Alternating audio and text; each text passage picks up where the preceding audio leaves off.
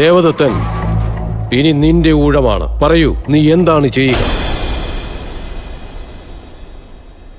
നാം വനത്തിലെ പക്ഷി മൃഗാദികളുടെ രക്ഷ നിർവഹിക്കും, അതുപോലെ മനുഷ്യരുടെയും.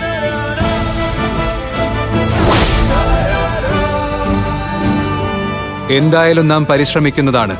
എന്തുകൊണ്ട്? നാം പക്ഷി മൃഗാദികളുടെ മാംസം കഴിക്കുന്നവരാണ്. എന്നാൽ എല്ലാ പക്ഷി മൃഗാദികളുടെയും കഴിക്കാറുമില്ല. ചിലതിന്റെ മുട്ട കഴിക്കും, ചിലതിന്റെ പാല് കുടിക്കും. അതുപോലെ ചിലതിന്റെ ചർമ്മത്തിൽ നിന്നും തണുപ്പിനു വേണ്ടിയുള്ള വസ്ത്രങ്ങളും തയ്യാറാക്കുന്നു. ഇനി അത് മാത്രമല്ല, എല്ലാ പക്ഷിമൃഗാദികളും നമ്മുടെ ശത്രുക്കളല്ല, നമ്മുടെ മിത്രങ്ങൾ കൂടിയാണ്. എപ്പോഴെങ്കിലും മനുഷ്യനൊരു ആപത്ത് നേരിടുമ്പോൾ അവരെപ്പോഴും നമ്മുടെ കൂടെയാണ് നിൽക്കുന്നത്. എന്നാൽ വനത്തിലെ പക്ഷിമൃഗാദികളെ സംരക്ഷിക്കാൻ ആരും തന്നെയില്ല. അതുകൊണ്ട് നാം അവയെ സംരക്ഷിക്കുന്നതാണ്. വനത്തിൽ വെച്ച് നാം അവയുടെ മാംസം ഭക്ഷിക്കാൻ തയ്യാറാവില്ല. ശരിയാണ്, വളരെ ശരിയായ ഉത്തരമാണ്. ദേവദത്തൻ, ദേവദത്തൻ,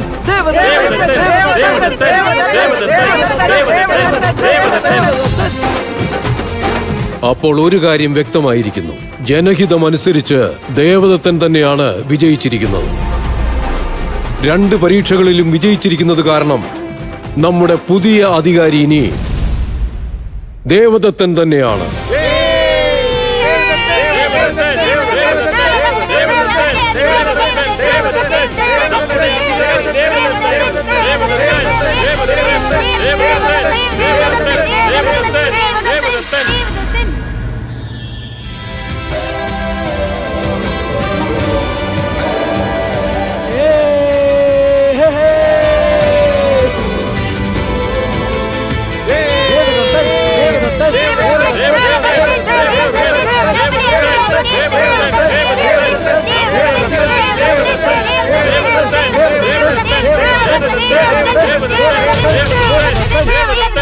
ഇനി എന്തൊക്കെ സംഭവിച്ചാലും, അഥവാ ഈ ദേവദത്തനെ നമ്മുടെ മാർഗത്തിൽ നിന്ന് അകറ്റിയില്ലെങ്കിൽ, അതുപോലെ നാം അധികാരിയുടെ പദവി സ്വന്തമാക്കിയില്ലെങ്കിൽ, നമ്മുടെ നാമം രഘുരാജ് എന്നല്ല.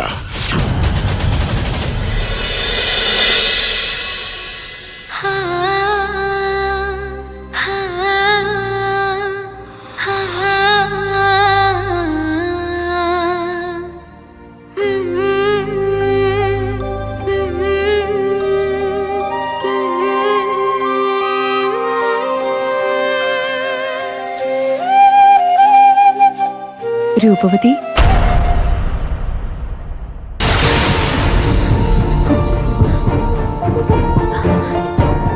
ഇളയമേ, അവിടുന്ന് ദാസിമാരെവിടെ?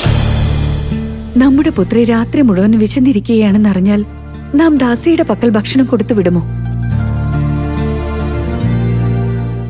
നമുക്ക് വിശപ്പ് അനുഭവപ്പെടുന്നില്ല ഇളയമേ.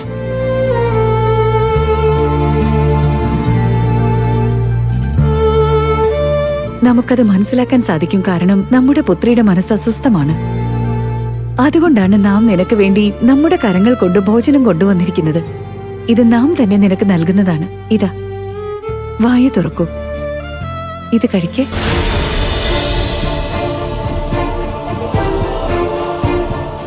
ഇല്ലിളയമേ, നമ്മുടെ മനസ്സിന് ഭാരമേറുകയാണ്.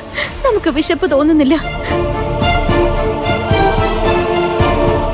പുത്രി രൂപവതി, നാം പറയുന്നതെങ്കിലും കേൾക്കൂ. നോക്കൂ, നീ ഭക്ഷണം കഴിച്ചില്ലെങ്കിൽ നിന്റെ ആരോഗ്യം മോശമാകും.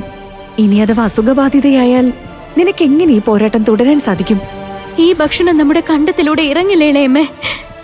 നമുക്കൊന്നും തന്നെ ഉചിതമായി തോന്നുന്നില്ല. അത് നമുക്ക് മനസ്സിലാക്കാൻ സാധിക്കും. എന്നാൽ ഈ നേത്രങ്ങളിൽ നിറഞ്ഞു നിൽക്കുന്ന ഈ കണ്ണുനീരിന്റെ കാരണം എന്താണെന്ന് നമുക്കറിയാൻ സാധിക്കുമോ? അവിടത്തേക്ക് അറിയാമല്ലോ. ആ ചെറിയ പെൺകുട്ടി ഇത്ര സ്നേഹത്തോടെയാണ് അവിടെ ഇരുന്നത്. ആ പെൺകുട്ടിക്ക് ഒരു ധാരണയും ഉണ്ടാകില്ലല്ലോ അവളുടെ ശിരസിൽ നിന്നും മാതാവിന്റെ തണൽ അകന്നു പോവുകയാണെന്ന്. അവൾ എന്തായിരിക്കും ചിന്തിക്കുന്നത്? അല്പസമയത്തിനുള്ളിൽ അവളുടെ മാതാവ് ഉണരുമെന്നും അവളെ മടിയിൽ ഉറക്കുമെന്നും. എന്നാൽ അടുത്ത നിമിഷം തന്നെ അവളുടെ മാതാവ് അവളെ അനാഥയാക്കിയല്ലോ. എന്നാൽ നാം ഒരല്പനേരം മുൻപേ അവിടെ എത്തിയിരുന്നെങ്കിൽ. ഓരോ മനുഷ്യരുടെയും വിധിയിൽ ചിലത് കുറിച്ചു വച്ചിട്ടുണ്ട്. ജനനത്തിന് മുൻപ് തന്നെ സൃഷ്ടാവ് ഓരോ മനുഷ്യന്റെയും ജീവിതത്തിൽ എന്തൊക്കെ സംഭവിക്കണമെന്ന് മുൻകൂട്ടി എഴുതി വച്ചിട്ടുണ്ട്. നമ്മുടെ വിധിയിൽ എന്താ